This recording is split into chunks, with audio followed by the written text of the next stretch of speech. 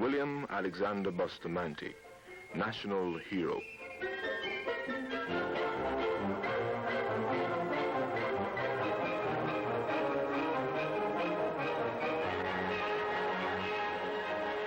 He was born William Alexander Clark at Blenheim, Hanover in 1884. As a boy, he grew up on this hilly property a few miles from Lucy. Alec, as he was known, attended school at Cocoon and Dalmally. He had his own horse and spent most of his time riding over the property. Later, the family moved to Belmont in St. Catherine, and in 1904, 20-year-old Alec Clark arrived there to be the junior overseer. Many Jamaicans were leaving the island to seek their fortune in Panama, Cuba, and parts of Central America.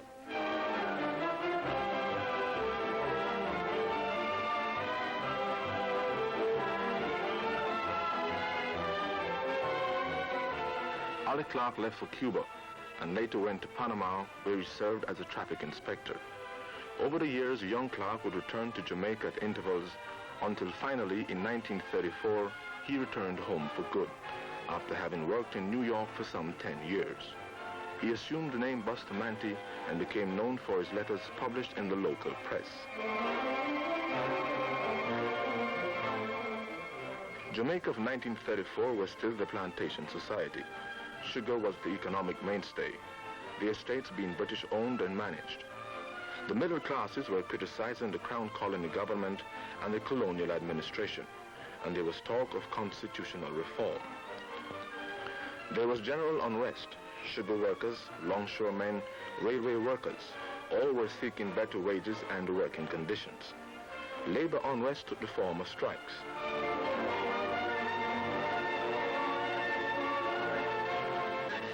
At Frome Sugar Factory in Westmoreland, 6 persons were killed when police intervened to stop rioting workers. Pandemonium ensued. Sugar fields were burnt.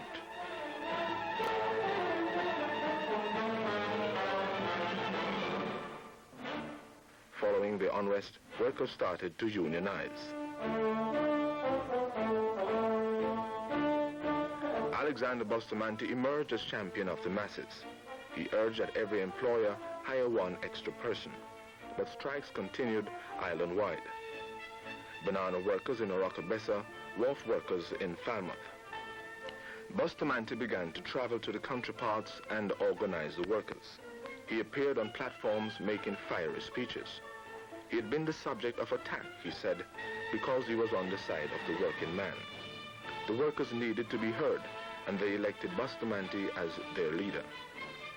He would walk the streets of the country towns, a tall, gaunt figure with flashing eyes and unruly hair. A flamboyant man, he captured the imagination of the people.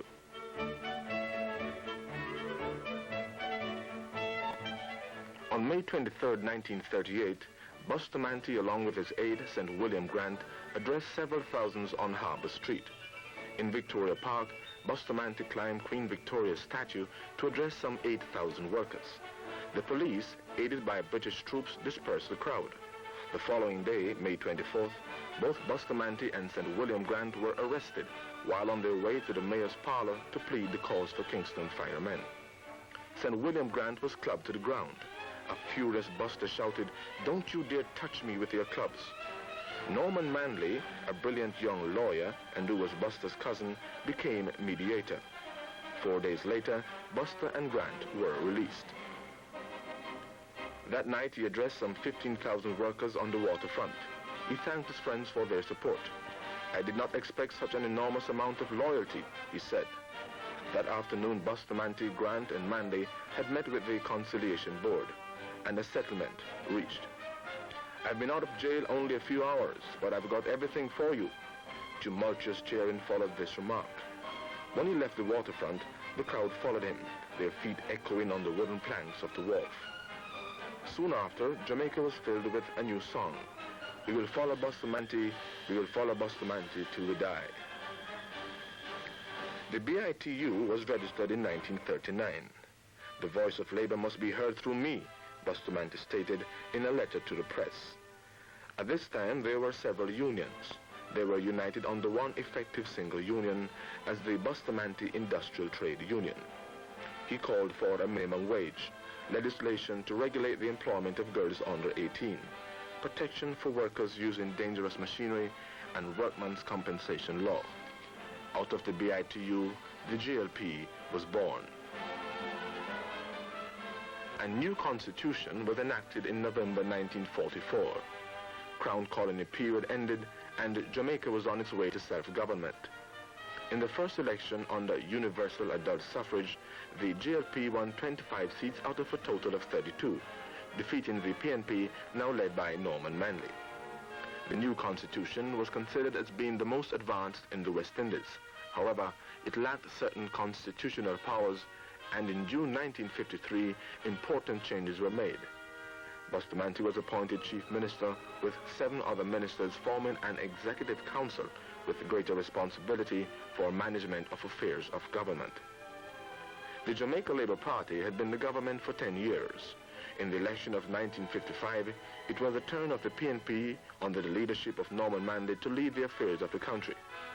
The PNP remained in office for 2 terms.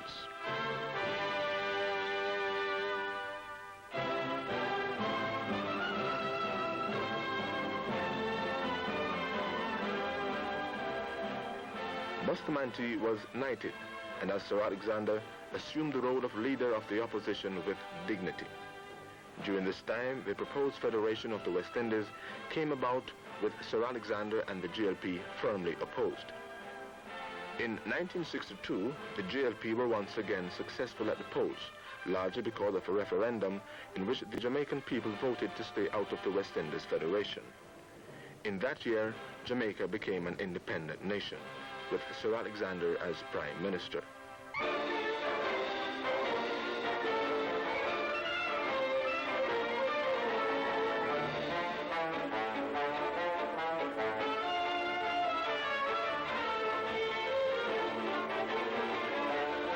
In September of that year, Sir Alexander married Miss Gladys Longbush, his devoted secretary and confidant since 1938. Sir Alexander had entered public life in his 50s. He was a total political being who had given himself without question to fight for the masses.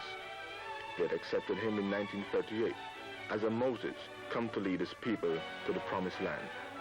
He was a man of vigor, zest, and style. In 1967, his health began to suffer, and he retired from active politics.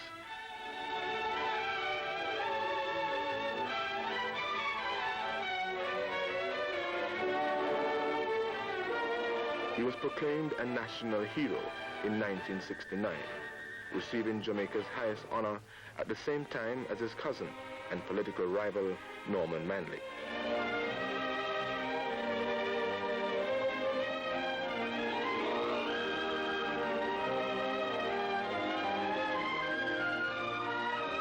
Today, Sir Alexander is Jamaica's only living national hero. He had a special quality which distinguished him from ordinary men. A man of charisma, who was concerned about his fellow man. A man who cared. A man of whom Jamaica is proud.